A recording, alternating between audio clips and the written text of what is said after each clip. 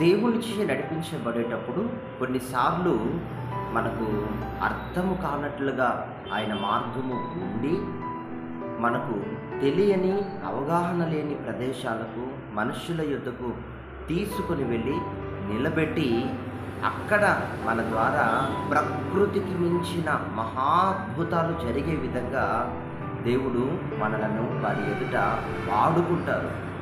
ప్రియ సహోదరి సహోదరుడా, అందుకే ప్రతి దినము దేవుని స్వరమును విని దేవుని బిడ్డలుగా మనమందరము ముందుకు నడిపించబడినప్పుడు దుఃఖం అనేది చాలా తక్కువ.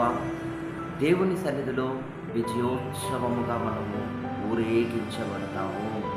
ఆమేన్. మీరు అడగొచ్చు, ఎలా అండి దేవుని స్వరాన్ని విని నడిపించబడటం అది సాధ్యమేనా ఈ లోకములో? ఎలా అండి అని అంటే చూద్దాం. యెషయా ప్రవచన గ్రంథంలో 30వ అధ్యాయం 21వ వచనంలో వాగ్దానపూర్వకంగా ఈ ఆలోచన దేవుడు మీకు దయచేస్తూ ఉన్నారు. అది నీ వెనక నుండి ఒక శబ్దము నీ చెవులకు వినబడును, ఇదే త్రోవ, దీనిలో నడువుడి అనే ఒక స్వరమును దేవుడు వినిపింపచేస్తాడు. నీ వెనక నుండి ఒక శబ్దం వినబడుతుంది. ఏంటి ఆ శబ్దము? ఆ స్వరము, ఆ శబ్దము పరిశుద్ధాత్మ దేవుడు. ఆ స్వరము విని ఆ ప్రకారముగా మనము ఆత్మదేవుని యొక్క చేతుల్లో మనం మోయబడినప్పుడు మనకు తెలియని అవగాహన లేని మనుషుల యొద్దకు, ప్రదేశాల యొద్దకు ఆత్మదేవుడు తీసుకొని వెళ్ళి ఆ స్వరము మనతో ఏమి చెప్పునో అది మనం జరిగించినప్పుడు ఎంతో నూతన కార్యాలను ఆ ప్రదేశం అంతటా ప్రజలు వింటారు. దేవునికి స్తోత్రం కలుగునుగాక. ఆమేన్. బైబిల్ గ్రంథంలో ఏలియా భయంకరమైనటువంటి కరువు ఆ దేశాన్ని పట్టి పీడిస్తుంది. ఆ కరువు ప్రాంతములో దేవుడు ఏలియాతో మాట్లాడుతున్నారు. అప్పటికి అక్కడి ప్రజలు కరువు, వేదన, బాధ, ఏడుపు తప్ప మరొకటి లేదు. కరువు, ఆహారమే లేదు.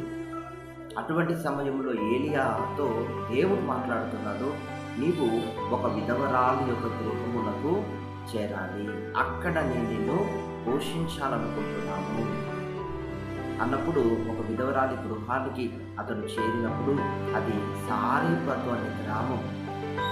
ఆ గ్రామంలో విధవరాలి గృహంలో చేరినప్పుడు అక్కడ ఆమెతో అంటున్నారు, మీ పోషణ నేను జరిగిస్తాను, మొదట ఒక అప్పమును నా కొరకు చేసి ఇస్తారా అని అడిగాడు. అప్పుడు ఆమె వెంటనే చూడండి, ఆయన సంకల్పించిన ప్రణాళిక, ఆయన సంకల్పించిన కార్యము అయితే అన్నీ అలాగ అక్కడ సమకూర్చబడతాయి. దేవునికే మహిమ కలుగునుగాక. ఆమేన్. ఎక్కడ ఏది బ్రతిమాలుకోవలసిన అవసరత ఉండదు, కానీ అన్నీ అక్కడ అవి అలాగా సమకూర్చబడతాయి. ఇక్కడ వెంటనే ఆమె విశ్వాసముతో అంగీకరించి, నేను నా బిడ్డ ఈ రొట్టెను చేసుకొని భుజించి ఇక మరణం అవుతామని ఆలోచిస్తూ మరి ఉన్నాము అని చెప్పి మొదట అప్పమును విశ్వాసముతో, అయిననేమి దైవజనుడు నా ఇంటికి వచ్చాడు, తప్పక నేను అతని ఆకలిని తీర్చాలి అనే ఒక ప్రేరణతో ఆమె రొట్టెను పిసికి రొట్టెను కాల్చి ఇచ్చినప్పుడు, అది తినినప్పుడు ఆమె గుడ్డిలో నూనె తరగలేదు, పిండి అయిపోలేదు. సమృద్ధిని ఆమె ఒక నూతన కార్యముగా పొందుకున్నది. ఆమె కన్నులతో చూసింది. అలాగని ఆ కుమారుడు, ఆ విధవరాలు మరణించలేదండి. ఆ కరువు కాలం అంతా ఏలియా అక్కడ పోషింపబడ్డాడు, ఆ కుటుంబము అక్కడ పోషింపబడింది. ఈ మాటలు వింటున్న ప్రియ సహోదర సహోదరి, ఆనాడు ఆ దినాల్లో ఉన్న దేవుడే, బైబిల్ గ్రంథములో ఉన్న దేవుడే, ఇప్పుడు మనతో ఉన్న దేవుడే. ఏ దేవుడే? ఆయన పక్షపాతి కాదు. ఆయన అక్కడ ఏలియాకి, సారీపతు విధవరాలకి జరిగించి మనకు చేయకుండా మనల్ని దాటి కరువులో విడిచిపెట్టిపోయే దేవుడు కాదు. మీ వ్యాపార రంగంలో పెట్టుబడుల నిమిత్తం అనేకమైన ఆర్థిక కొరతలో మీరున్నారని ఆత్మదేవుడు మీతో మాట్లాడుతున్నాడు. కుటుంబ సంబంధమైనటువంటి రెంటు, స్కూల్ ఫీజు, ఇంకా బిల్లు, అనేక రకములుగా మీ బిల్స్ ఆగిపోయి ఉన్నాయని దేవుడు మీతో మాట్లాడుతున్నాడు. కానీ ఆ విధమైన ఆర్థిక కొరత కావచ్చు, మన దేశంలో విపరీతమైన ఆహారపు కొరత, దానివల్ల స్వార్థము పెరిగిపోతుంది. యవనస్తులకు చదువుకు తగిన సరైన ఉద్యోగము లేక కరువులో ఉద్యోగరీత్యా కరువు, అటువంటి కరువులన్నీ ప్రభు సెలవిస్తున్నారు. మీరు నా సన్నిధిలో మొరపెట్టినట్లయితే, నా తట్టు మీరు చూచినట్లయితే, దివారాత్రములు నన్ను సేవించి నాకు మీరు సేవా పరిచర్యలు జరిగించువారైతే, నన్ను అనునిత్యము ఆరాధించువారైతే, నన్ను స్తుతించువారైతే, మీ పక్షముగా నేను నిలిచి ఇటువంటి నూతన కార్యములను మీ యొక్క ప్రదేశములో, మీ యొక్క వ్యక్తిగత జీవితంలో చేయబోతున్నాడు. ఆమేన్. ఏలియా ఎవరు? దివారాత్రములు మోకాళ్ళ మధ్య తలపెట్టుకొని ప్రార్థించే ఒక అనుభవం గలవాడు, దివారాత్రులు దేవుణ్ణి సేవించే అనుభవము కలిగిన వాడు. అందుకే దేవుడు అతనితో మాట్లాడాడు. మాటకు తగ్గట్టుగా, వాగ్దానానికి తగ్గట్టుగా మార్గాలన్నీ సరళమయ్యాయి. ఒక్కోసారి మీ జీవితంలో ఆటంకాలు ఎదురవుతాయి, కానీ ఇక నిలిచిపోవద్దు, సాగిపోండి. ఆటంకాల మధ్యలో కూడా మీకు ద్వారాలు తెరవబడతాయి. ఒక స్వరాన్ని మీరు వింటారు. ఈ రోజు నుండి ఒక స్వరాన్ని మీరు వింటారు. చెవిలో తేనె పోసినట్టుగా ఒక తీయని, వెళ్ళని, నిమ్మళమైన స్వరాన్ని మీరు వింటారు. ఆ స్వరాన్ని విని మీ యొక్క ప్రతి మార్గములో సందిగ్ధము లేకుండా దేవుణ్ణి చూచుచు విశ్వాసంతో మీరు సాగిపోయినప్పుడు అక్కడ మీరు నూతనమైన కార్యాలను మీ కన్నులతో మీరు చూడగలుగుతారు. కనుక ఈ మాటలు మీ వినికిడిలో దేవుడు స్థిరపరచునుగాక. ఈ వాగ్దానాన్ని గట్టిగా పట్టుకొని మీరు ప్రార్థిస్తూ ఉండండి. దేవుడు మీ పట్ల అద్భుతాలను ప్రారంభిస్తాడు. మహాపరిశుద్ధుడా, జీవము గల తండ్రి, మీ నామానికి స్తోత్రం. ఈ రోజున ఎందరూ నూతన కృప వాగ్దానం వీక్షించారు. బిడ్డలందరి జీవితాల్లో ఉన్న లోటు, కరువు, కొరత, వేదన, కన్నీరు తొలగిపోమ్మని వేడుకుంటున్నాను.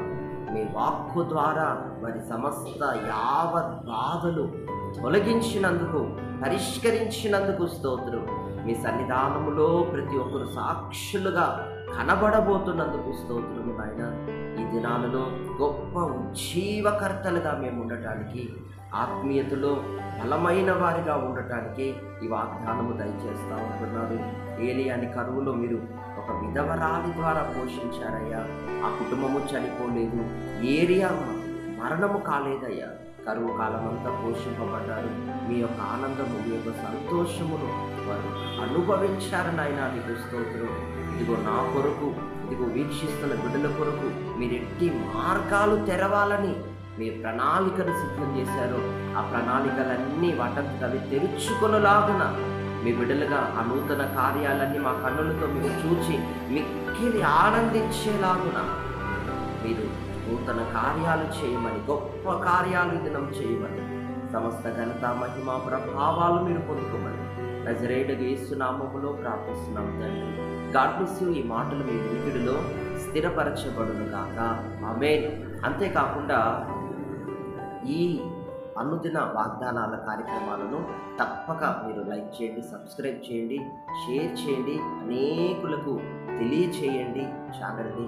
దేవుడు తప్పనిసరిగా ఆయన రాజ్యపు పనిలో, ఆయన కార్యములో మీరు పాలి భాగస్తులుగా ఉన్నప్పుడు తప్పక దేవుడు మిమ్మల్ని మరొక సమృద్ధివంతులుగా ఆశీర్వదిస్తాడు. అంతేకాకుండా కింద కనిపిస్తున్నటువంటి నెంబర్కి మీరు తప్పక మీ ప్రార్థన అవసరతలు, సందేహాలు పంచుకోవచ్చు. వాట్సాప్ ద్వారా మీరు కాల్ చేయటం ద్వారా మీరు పంచుకోవచ్చు. మీరు ఒంటరి కాదు, మీతో మేమున్నాం, మీ కొరకు ప్రార్థిస్తున్నాం. దేవుడు మిమ్మల్ని దీవించునుగాక.